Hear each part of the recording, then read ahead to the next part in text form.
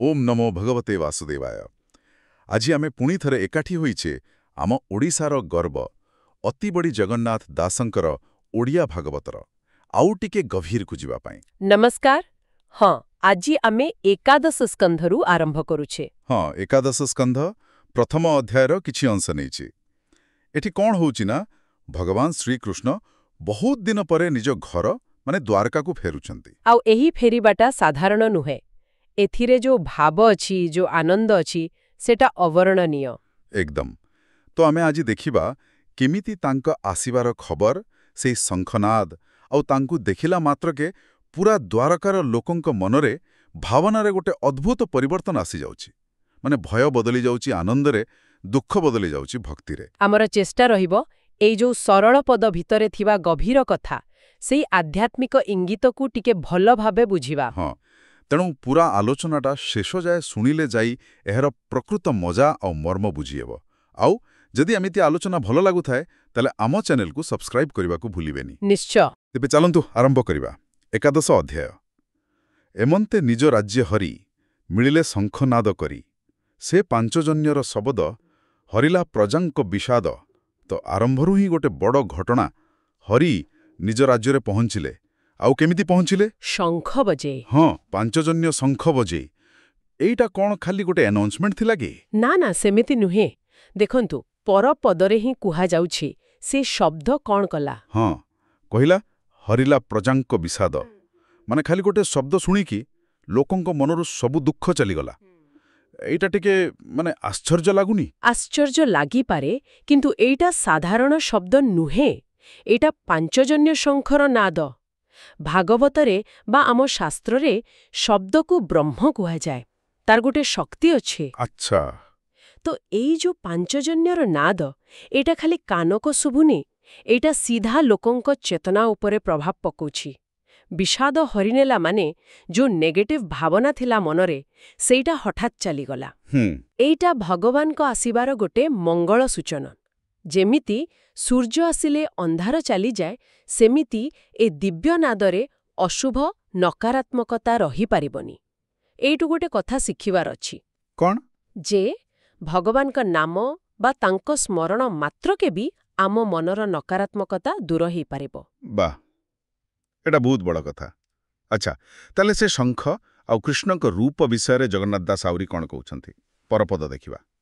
ସେ ଶଙ୍ଖ ଧବଳ ଉଦର, ବିରାଜେ ଶ୍ରୀକୃଷ୍ଣର କର, ଅଧର ରଙ୍ଗେ ରଙ୍ଗ ଦିଶି, ଉଚ୍ଚ ଶବ୍ଦ ସେ ହୁ ଭାସି, ରକତ ପଦ୍ମ କୋଳେ ଜେନେ, ଶୋଭିତ ରାଜହଂସ ସ୍ୱନେ। କି ସୁନ୍ଦର ବର୍ଣ୍ଣନା ଦେଖନ୍ତୁ, ପୁରା ଚିତ୍ର ଆଙ୍କିଦେଲା ଭଳିଆ।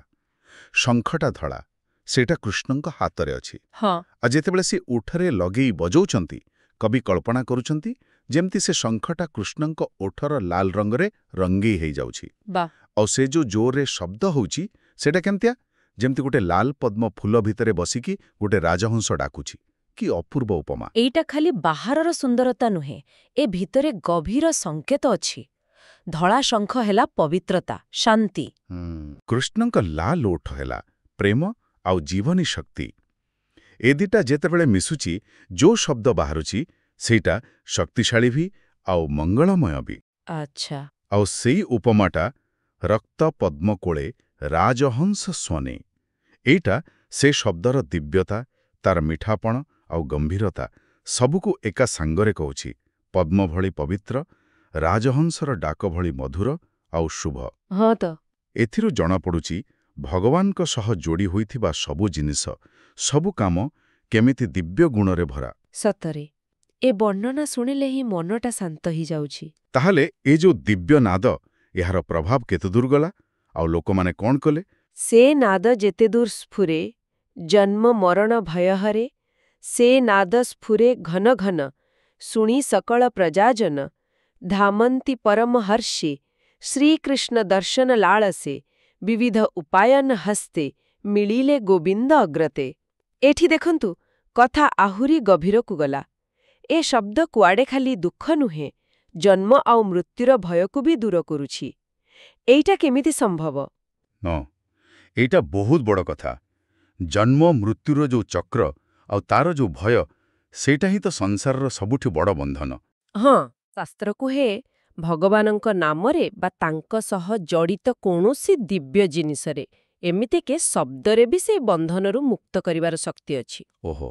ତ ଏ ପାଞ୍ଚଜନ୍ୟର ନାଦ ସେଇ ମୁକ୍ତିର ଇଙ୍ଗିତ ଦଉଛି। ଆଚ୍ଛା, ଆଉ ତାପରେ ସେ ଶବ୍ଦ ଯେତେବେଳେ ବାରମ୍ବାର ଶୁଭୁଛି ସବୁ ଲୋକ ସମସ୍ତେ, ପୁରା ଦ୍ୱାରକାର ଲୋକ, ସକଳ ପ୍ରଜାଜନ। ହଁ, ସମସ୍ତେ ଭାରି ଖୁସିରେ ମାନେ ପରମ ହରସେ ହାତରେ ନାନା ପ୍ରକାର ଜିନିଷ ଭେଟି ଉପହାର ଧରିକି ଦୌଡ଼ିଛନ୍ତି। କାହିଁକି? ଶ୍ରୀକୃଷ୍ଣ ଦର୍ଶନ ଲାଳସେ। ଏକଦମ ଖାଲି ଟିକେ କୃଷ୍ଣକୁ ଦେଖିବା ପାଇଁ, ତାଙ୍କ ଦର୍ଶନ ପାଇବା ପାଇଁ ସେମାନେ ଗୋବିନ୍ଦଙ୍କ ପାଖକୁ ଧାଇଁକି ଆସୁଛନ୍ତି। ସେ ଦୃଶ୍ୟଟା କେମିତି ହେଇଥିବ? ନିଶ୍ଚୟ ଅପୂର୍ବ।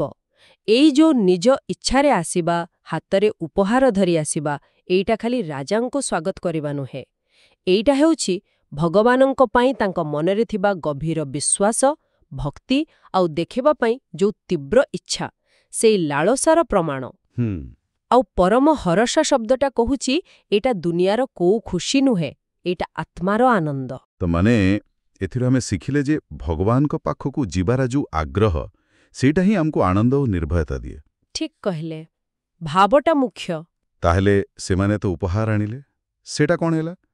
କୃଷ୍ଣଙ୍କ ପାଖରେ ଯେତେବେଳେ ପହଞ୍ଚିଲେ କେମିତି ରହିଲେ? ରବି ସମୀପେ ଦୀପପନ୍ତି ଦିବସେ ଜସ୍ନେ ଦିଶନ୍ତି ଯେ ହରି ନିତ୍ୟ ପୂର୍ଣ୍ଣ କାମ ଆତ୍ମପ୍ରକାଶ ଆତ୍ମାରାମ ତାର ନିକଟେ ରୁଣ୍ଟ ହୋଇ ସକଳେ ଶିରେ କରଦେଇ ବାଳକ ପିତା ସନ୍ନିଧାନେ ଯେମନ୍ତେ ମାନ ଅପମାନେ ଆନନ୍ଦେ କୃଷ୍ଣ ମୁଖ ଚାହିଁ ବୋଲନ୍ତି ଗଦଗଦ ହୋଇ। ପୁଣି ଗୋଟେ ଜବରଦସ୍ତ ଉପମା। ଲୋକମାନେ ଯୋଉ ଭେଟି ଆଣିଥିଲେ ସେଗୁଡ଼ାକ କୃଷ୍ଣଙ୍କ ଆଗରେ କେମିତି ଦିଶୁଥିଲା? କେମିତି? ଯେମିତି ଦିନବେଳେ ସୂର୍ଯ୍ୟଙ୍କ ଆଗରେ ଲାଇନ୍ କରି ଦୀପ ଜଳେଇଲେ ସେ ଦୀପର ଆଲୁଅର କିଛି ମାନେ ନଥାଏ। ହଁ ତ, କାରଣ ସୂର୍ଯ୍ୟଙ୍କ ଆଲୁଅ ଆଗରେ ସେସବୁ ଫିକା। ଏକଦମ, କାରଣ କୃଷ୍ଣ ହେଉଛନ୍ତି ନିତ୍ୟ ପୂର୍ଣ୍ଣ କାମ, ତାଙ୍କର କିଛି ଦରକାର ନାହିଁ। ଆତ୍ମପ୍ରକାଶ, ସେ ନିଜେ ଆଲୋକର ଉତ୍ସ। ଆତ୍ମାରାମ, ସେ ନିଜ ଭିତରେ ହିଁ ସବୁବେଳେ ଖୁସି। ତେଣୁ ତାଙ୍କୁ ଆମେ କ'ଣ ବା ଦେଇପାରିବା? କିଛି ନୁହେଁ। ତଥାପି ଲୋକମାନେ ସେମାନଙ୍କ ଭକ୍ତି ଦେଖନ୍ତୁ। ସେମାନେ ତାଙ୍କ ଚାରିପଟେ ଜମା ହେଇଗଲେ, ମୁଣ୍ଡରେ ହାତ ଦେଇ, ମାନେ ପୁରା ନମ୍ର ହୋଇକି। ହଁ, ଶିରେ କରିଦେଇ। ଆଉ କେମିତି ଯେମିତି ଗୋଟେ ଛୋଟ ପିଲା ତା ବାପା ପାଖକୁ ଗଲେ ସବୁ ମାନ ଅଭିମାନ ଭୁଲିଯାଏ, ନିର୍ଭୟ ହୋଇଯାଏ। ଆଚ୍ଛା। ସେମିତି ଏମାନେ ସବୁ ଚିନ୍ତା ଭୁଲିଗଲେ, ଖାଲି କୃଷ୍ଣଙ୍କ ମୁହଁକୁ ଚାହିଁଛନ୍ତି ଆଉ ଏତେ ଆନନ୍ଦ ପାଉଛନ୍ତି ଯେ କଥା କହିଲା ବେଳକୁ କଣ୍ଠରୁ ସ୍ୱର ବାହାରୁନି, ପୁରା ଗଦଗଦ ହେଇଯାଉଛନ୍ତି। ଏହି ପଦଗୁଡ଼ାକ ଭଗବାନଙ୍କର ଅସଲ ସ୍ୱରୂପ ଆଉ ଭକ୍ତର ମନର ଭାବକୁ ବହୁତ ସୁନ୍ଦର ଭାବରେ ଦେଖଉଛି। ପୂର୍ଣ୍ଣ କାମ ଆଉ ଆତ୍ମାରାମ ଶବ୍ଦ ଦିଟା କହୁଛି ଯେ ଭଗବାନ ପୂରାପୂରି ସମ୍ପୂର୍ଣ୍ଣ, ନିଜେ ନିଜ ଉପରେ ନିର୍ଭରଶୀଳ। ଏଥିରୁ ଗୋଟେ ଶିକ୍ଷା ମିଳୁଛି। ଆମେ ଯେତେବେଳେ କାହାକୁ କିଛି ଦଉ, ସାଧାରଣତଃ କିଛି ପାଇବା ଆଶାରେ ଦଉ। ହଁ, ସତ। କିନ୍ତୁ ଭଗବାନଙ୍କ ପାଖରେ ଆମେ ଯାହା ଦଉଛୁ, ସେ ଭେଟି ହଉ କି ସେବା ହଉ, ସେଟା ପ୍ରକୃତରେ ଆମ ନିଜର ଭକ୍ତି, ଆମ ପ୍ରେମ, ଆମ କୃତଜ୍ଞତା ଦେଖାଇବା ପାଇଁ। ଠିକ୍। ସେଥିରେ ଭଗବାନଙ୍କର କିଛି ଫାଇଦା ନାହିଁ, ବରଂ ଆମ ନିଜର ମନ ଶୁଦ୍ଧ ହୁଏ, ଆମ ସମ୍ପର୍କ ଆହୁରି ମଜବୁତ ହୁଏ। ଆଚ୍ଛା। ଆଉ ଶିରେ କରିଦେଇ ମାନେ ପୁରାପୁରି ସମର୍ପଣ, ବିନୟ। ବାଳକ ପିତା ସନ୍ନିଧାନେ ଉପମାଟା ଦେଖଉଛି ଭକ୍ତ କେମିତି ନିର୍ଭୟେ, ବିନା ସଂକୋଚରେ ଭଗବାନଙ୍କ ପାଖକୁ ଯାଏ। ଆଉ ଗଦଗଦ ହୋଇ କହିବାଟା ହେଲା ଭାବର ଚରମ ସୀମା। ଯେତେବେଳେ ଏତେ ପ୍ରେମ, ଏତେ ଆନନ୍ଦ ଆସିଯାଏ ଯେ କଥା କହି ହୁଏନି। ଏଇଟା ହିଁ ବିନା କିଛି ଆଶା ରଖି କରାଯାଉଥିବା ଭକ୍ତିର ଲକ୍ଷଣ। ତାମାନେ ଭକ୍ତିରେ ଫିଲିଂସ୍ ସବୁ କିଛି। ଆଚ୍ଛା, ସେଇ ଗଦଗଦ କଣ୍ଠରେ ସେମାନେ କିଛି ତ କହିଥିବେ। କେମିତି ସ୍ତୁତି କଲେ ସେମାନେ? ଭୁବନାଥ ପରମ କାରଣ, ତୋହର ଅଭୟ ଚାରଣ, ଶିବ ବିରଞ୍ଚି ଆଦି ଦେବେ, ନିତ୍ୟ ସେବନ୍ତି ଆତ୍ମଭାବେ। ଯେ ଚିନ୍ତେ ଆତ୍ମାର କାରଣ, ତୋ ପାଦ ପଦ୍ମନାରାୟଣ। ଯେ କାଳ ସକଳ ସଂହାରେ, ତୋର ସେବକେ ସେ ନ ପାରେ। ଆରମ୍ଭରୁ ହିଁ ବଡ଼ ସମ୍ବୋଧନ, ଭୁବନାଥ ମାନେ ହେ ପ୍ରଭୁ, ଆଉ ପରମ କାରଣ ମାନେ ତମେ ହିଁ ସବୁ କିଛିର ମୂଳ। ହଁ, ଦି ଅଲ୍ଟିମେଟ୍ କଜ୍। ତମ ପାଦ ତଳେ ଆଶ୍ରା ନେଲେ ସବୁ ଭୟ ଦୂର ହେଇଯାଏ। ଅଭୟ ଚରଣ। ଆଉ ଏମିତିକି ବ୍ରହ୍ମା, ବିରଞ୍ଚି ଆଉ ଶିବଙ୍କ ଭଳି ବଡ଼ ବଡ଼ ଦେବତା ବି ସବୁବେଳେ ତମ ପାଦ ସେବା କରନ୍ତି। କିନ୍ତୁ କେମିତି? ଆତ୍ମଭାବେ। ଏହାର ମାନେ କ'ଣ? ମାନେ ଶିବ, ବ୍ରହ୍ମାଙ୍କ ଭଳି ଦେବତାମାନେ ବି କୃଷ୍ଣଙ୍କୁ ଖାଲି ଜଣେ ଅଲଗା ଦେବତା ବୋଲି ଭାବନ୍ତିନି। ସେମାନେ ତାଙ୍କୁ ନିଜର ଆତ୍ମା, ନିଜର ସର୍ବୋଚ୍ଚ ସତ୍ତା ବୋଲି ଦେଖନ୍ତି। ସେହି ଏକାତ୍ମ ଭାବରେ ହିଁ ସେବା କରନ୍ତି। ଏଇଟା ସେବାର ସବୁଠୁ ଉଚ୍ଚସ୍ତର। ଆଚ୍ଛା। ଆଉ ପରମ କାରଣ କହିବା ଦ୍ୱାରା ସେମାନେ କୃଷ୍ଣଙ୍କୁ ଖାଲି ଦ୍ୱାରକାର ରାଜା ନୁହଁ, ପୁରା ବ୍ରହ୍ମାଣ୍ଡର ମୂଳ ବୋଲି ମାନୁଛନ୍ତି। ଅଭୟଚରଣ ମାନେ ଖାଲି ଦେହର ସୁରକ୍ଷା ନୁହେଁ, ସଂସାରର ଭୟରୁ ମୁକ୍ତି।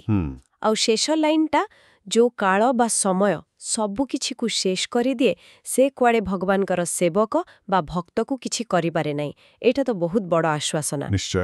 ଏଠି କାଳ ମାନେ ଖାଲି ମୃତ୍ୟୁ ନୁହେଁ, କାଳ ମାନେ ସମୟର ବନ୍ଧନ, ସବୁବେଳେ ବଦଳୁଥିବାର ନିୟମ। ଯିଏ ଭଗବାନଙ୍କର ଆଶ୍ରୟ ନିଏ, ସେ ଏଇ ସମୟର ପ୍ରଭାବରୁ ଊର୍ଦ୍ଧ୍ୱକୁ ଯିବାର ଶକ୍ତି ପାଏ, ଗୋଟେ ଚିରନ୍ତନ ଆଧ୍ୟାତ୍ମିକ ସ୍ଥିତି ପାଇବାର ସମ୍ଭାବନା ପାଏ। ଏଇଟା ଭକ୍ତି ମାର୍ଗର ଗୋଟେ ବଡ଼ ଫଳ। ତାମାନେ ଭକ୍ତି ଦ୍ୱାରା ସମୟକୁ ବି ଜିତି ହେବ। ୱାଃ! ଏହାପରେ ସେମାନେ କୃଷ୍ଣଙ୍କ ସହ ନିଜର ସମ୍ପର୍କକୁ କେମିତି ଦେଖୁଛନ୍ତି? ତୁ ଆମ୍ଭ ପିତା ମାତା ପଥି, ସର୍ବସଂକଳ୍ପ କ୍ଷମଗତି, ପରମ ଗୁରୁ ଦୈଭତ, ସୁହୃଦ୍ ବନ୍ଧୁ ପ୍ରିୟ ମିତ୍ର, ତୋ ବିନୁ ଆମ୍ଭେ ନହୁଁ କିଛି, ତୁ ନାଥ ସର୍ବାତ୍ମା ସାକ୍ଷୀ, ଅନାଥ ନାଥ ତୁ ଆମ୍ଭର, ଦେବମାନବେ ଅଗୋଚର। ଦେଖନ୍ତୁ ଏଠି କୃଷ୍ଣଙ୍କୁ ସେମାନେ କ'ଣ ସବୁ କହୁନାହାନ୍ତି? ତମେ ଆମର ବାପା, ମା, ସ୍ୱାମୀ ବା ପାଳନକର୍ତ୍ତା, ପତି, ଆମର ସବୁ ଇଚ୍ଛା ପୂରା କର, ସର୍ବସଂକଳ୍ପ, ଆମର ମଙ୍ଗଳ କର ଆଉ ମୁକ୍ତି ଦିଅ, କ୍ଷମଗତି। ତମେ ହିଁ ଆମର ପରମ ଗୁରୁ, ଆମର ଇଷ୍ଟଦେବତା, ଦୈବତ, ଆମର ସବୁଠୁ ଭଲ ସାଙ୍ଗ, ସୁହୃଦ୍, ଆମର ବନ୍ଧୁ, ଆମର ପ୍ରିୟ ମିତ୍ର, ମାନେ ସବୁ କିଛି। ସବୁ ସମ୍ପର୍କ ତାଙ୍କ ଭିତରେ। ଆଉ ସିଧା କହୁଛନ୍ତି, ତୋ ବିନୁ ଆମ୍ଭେ ନୋହୁଁ କିଛି, ତମେ ନଥିଲେ ଆମେ କିଛି ବି ନୁହଁ। ଆଉ ତମେ କିଏ? ତମେ ହେଲ ସର୍ବାତ୍ମା ସାକ୍ଷୀ। ଏହାର ଅର୍ଥ କ'ଣ? ଏହାର ଅର୍ଥ ହେଲା, ସେ ସମସ୍ତଙ୍କର ଆତ୍ମା ଭିତରେ ଅଛନ୍ତି, ଆଉ ସବୁକିଛି ଦେଖୁଛନ୍ତି, ସବୁ ଜାଣୁଛନ୍ତି, କିନ୍ତୁ ସାକ୍ଷୀ ଭାବରେ, ନିଜେ ସେଥିରେ ଜଡ଼ିତ ନୁହନ୍ତି। ଆଚ୍ଛା, ଯେମିତି ଆକାଶ। ଠିକ୍ ସେମିତି। ସବୁଠି ଅଛି, କିନ୍ତୁ ନିର୍ଲିପ୍ତ। ଏଇଟା ତାଙ୍କର ସର୍ବବ୍ୟାପକତା ଆଉ ନିର୍ଲିପ୍ତତାକୁ ଦେଖାଉଛି।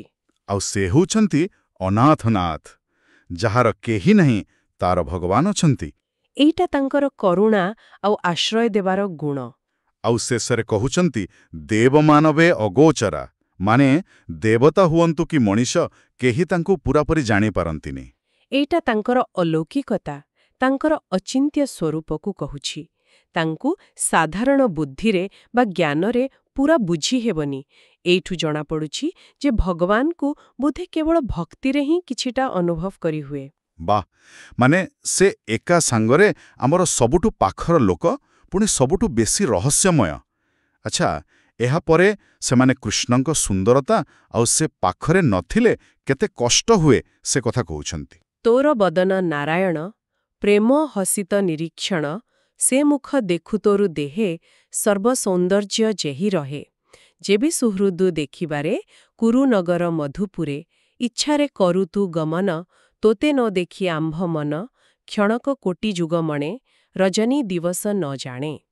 ସେମାନେ କହୁଛନ୍ତି, ହେ ନାରାୟଣ, ତମର ସେଇ ମୁହଁ, ଯୋଉଥିରେ ସବୁବେଳେ ପ୍ରେମଭରା ହସ ଆଉ ସ୍ନେହଭରା ଚାହାଣି ଥାଏ। ସେଇ ମୁହଁ ଆଉ ତମର ସେଇ ସୁନ୍ଦର ଶରୀର, ସେଇଠି ହିଁ ଦୁନିଆର ସବୁ ସୁନ୍ଦରତା ଅଛି। ସର୍ବସୌନ୍ଦର୍ଯ୍ୟ ଯେ ହିଁ ରହେ। କିନ୍ତୁ ଯେତେବେଳେ ତମେ ତମ ସାଙ୍ଗସାଥୀଙ୍କୁ ଦେଖା କରିବାକୁ କୁରୁନଗର ମାନେ ହସ୍ତିନାପୁର କିମ୍ବା ମଧୁପୁର ମାନେ ମଥୁରା ଚାଲିଯାଅ, ସେତେବେଳେ ତମକୁ ନ ଦେଖି ଆମ ମନର ଅବସ୍ଥା କ'ଣ ହୁଏ ଜାଣ? କ'ଣ ହୁଏ? ଗୋଟେ ମୁହୂର୍ତ୍ତ, ଗୋଟେ କ୍ଷଣ ଆମକୁ କୋଟି କୋଟି ଯୁଗ ଭଳି ଲାଗେ।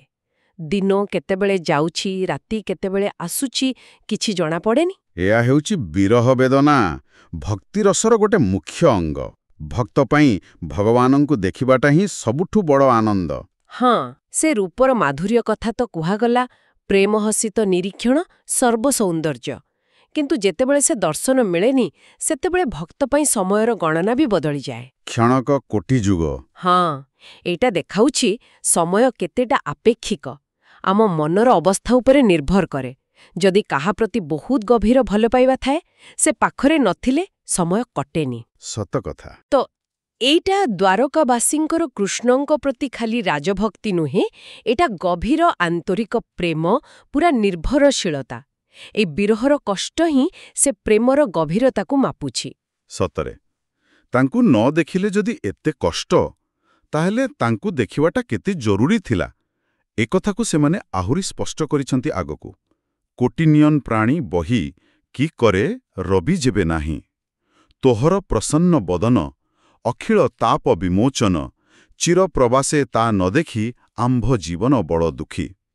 ପୁଣି ଏକ ଶକ୍ତିଶାଳୀ ଉପମା, ଯଦି ଆକାଶରେ ସୂର୍ଯ୍ୟ ନଥାନ୍ତେ ତେବେ ଦୁନିଆରେ କୋଟି କୋଟି ଲୋକଙ୍କର ଆଖି ଥାଇ ବି କି ଲାଭ? କିଛି ଲାଭ ନାହିଁ, ସବୁଆରେ ଅନ୍ଧାର। ଠିକ୍ ସେମିତି ଦ୍ୱାରକାବାସୀଙ୍କ ପାଇଁ କୃଷ୍ଣ ହେଉଛନ୍ତି ସେହି ସୂର୍ଯ୍ୟ। ତାଙ୍କର ସେ ହସ ହସ ମୁହଁ, ପ୍ରସନ୍ନ ବଦନ ଦେଖିଲେ ହିଁ ଆମର ସବୁ ଦୁଃଖ, ସବୁ କଷ୍ଟ, ସବୁ ତାପ ଦୂର ହୋଇଯାଏ। ଅଖିଳ ତାପ ବିମୋଚନ, ସବୁ ପ୍ରକାର ତାପରୁ ମୁକ୍ତି ଦିଏ। ହଁ, ଆଉ ଯେତେବେଳେ ତମେ ବହୁତ ଦିନ ପାଇଁ ଦୂରରେ ରୁହ ଚିର ପ୍ରବାସେ, ଆଉ ଆମେ ସେ ମୁହଁ ଦେଖିପାରୁନୁ, ସେତେବେଳେ ଆମ ଜୀବନ ବହୁତ ଦୁଃଖରେ କଟେ। ଏଇ ଉପମାଟା ସ୍ପଷ୍ଟ କରୁଛି ଯେ ପ୍ରଜାମାନଙ୍କ ପାଇଁ ଶ୍ରୀକୃଷ୍ଣ ହିଁ ଥିଲେ ଜୀବନର ଆଲୋକ, ଆନନ୍ଦ ଆଉ ଶକ୍ତିର ମୂଳ ଉତ୍ସ। ସେ ନଥିଲେ ସବୁ ଅନ୍ଧାର, ସବୁ ଦୁଃଖ। ତାଙ୍କ ମୁହଁ ଦେଖିବାଟା ଖାଲି ଖୁସି ଦଉନଥିଲା, ବରଂ ସବୁ ପ୍ରକାର ମାନସିକ, ଶାରୀରିକ କଷ୍ଟରୁ ମୁକ୍ତି ଦଉଥିଲା। ଏଇଟା ଦର୍ଶନର ମହତ୍ତ୍ୱ କେତେ ସେଇଟା ବୁଝାଉଛି। ବାଃ, କେତେ ସୁନ୍ଦର ଭାବରେ ଜଗନ୍ନାଥ ଦାସ ସେସବୁ ବର୍ଣ୍ଣନା କରିଛନ୍ତି। ତେବେ ଆଜିର ଆଲୋଚନାରୁ ଆମେ ଦେଖିଲେ ଭଗବାନ ଶ୍ରୀକୃଷ୍ଣ ଯେତେବେଳେ ଦ୍ୱାରକା ଫେରିଲେ, ସେଇଟା ଗୋଟେ ମହୋତ୍ସବ ପାଲଟିଗଲା। ହଁ, ତାଙ୍କର ଖାଲି ଶଙ୍ଖନାଦ ହିଁ ଲୋକଙ୍କର ଦୁଃଖ ଆଉ ଭୟ ଦୂର କରିଦେଲା। ଆଉ ଲୋକମାନେ କେମିତି ଅପାର ଆନନ୍ଦରେ, ଭକ୍ତିରେ ତାଙ୍କ ପାଖକୁ ଦୌଡ଼ି ଆସିଲେ, ତାଙ୍କୁ ସ୍ୱାଗତ କଲେ। ଆଉ ସେମାନଙ୍କ ସ୍ତୁତିରେ ଆମେ ଦେଖିଲେ କୃଷ୍ଣଙ୍କ ପାଇଁ ତାଙ୍କର କେତେ ଗଭୀର ପ୍ରେମ ଆଉ ସମ୍ପୂର୍ଣ୍ଣ ସମର୍ପଣ ଭାବ ଥିଲା। ଏକଦମ୍। ତେବେ ଏସବୁ ଶୁଣିବା ପରେ ଗୋଟେ ପ୍ରଶ୍ନ ମନକୁ ଆସୁଛି। କହନ୍ତ, ଯଦି ଭଗବାନଙ୍କ ଆସିବାର ଶବ୍ଦରେ, ତାଙ୍କ ରୂପ ଦେଖିବାରେ ଏତେ ଶକ୍ତି ଅଛି, ଦୁଃଖ ଦୂର କରିବାର, ଜନ୍ମ ମୃତ୍ୟୁ ଭୟ ହଟେଇବାର, ଏତେ ଆନନ୍ଦ ଦେବାର, ତାହେଲେ ଏଇଟା ସେହି ଦିବ୍ୟ ଉପସ୍ଥିତିର ପ୍ରକୃତ ସ୍ୱରୂପ ବିଷୟରେ କ'ଣ କହୁଛି? ଆଉ ଆମ ଚେତନା ଉପରେ ଏହାର ପ୍ରଭାବ କେତେ ଗଭୀର ହୋଇପାରେ? ହଁ, ଏଇଟା ନିଶ୍ଚୟ ଭାବିବାର କଥା। ଏହା ଦିବ୍ୟ ସତ୍ତାର ସ୍ପର୍ଶ ମାତ୍ରେ ହିଁ ଆମ ଭିତରେ କିପରି ଆମୂଳ ପରିବର୍ତ୍ତନ ଆସିପାରେ ତାର ସୂଚନା ଦେଉଛି। ଏହାକୁ ନେଇ ନିଜେ ନିଜେ ଅନୁଧ୍ୟାନ କରିବା ଦରକାର। ନିଶ୍ଚୟ। ତେବେ ଶ୍ରୋତାମାନେ ଏ ବିଷୟରେ ନିଶ୍ଚୟ ଚିନ୍ତା କରନ୍ତୁ, ଆଉ ନିଜର ଅନୁଭବ ବା ମତାମତ ଜଣାଇବା ପାଇଁ କମେଣ୍ଟ ବକ୍ସରେ ଓମ୍ ନମୋ ଭଗବତେ ବାସୁଦେବାୟ ଲେଖିପାରନ୍ତି। ହଁ, ଆମକୁ ଜାଣିବାକୁ ଭଲ ଲାଗିବ। ଆଉ ଭାଗବତର ପରବର୍ତ୍ତୀ ଅଂଶର ଆଲୋଚନା ପାଇଁ ଅପେକ୍ଷା କରନ୍ତୁ। ଆଜି ପାଇଁ ଏତିକି, ପୁଣି ଦେଖାହେବ। ଓମ୍ ନମୋ ଭଗବତେ ବାସୁଦେବାୟ। ଓମ୍ ନମୋ ଭଗବତେ ବାସୁଦେବାୟ। ଆପଣ ଶୁଣୁଛନ୍ତି ରେଡିଓ ତୋଷାଳୀ, ଆମ ମାଟିର ସ୍ୱର।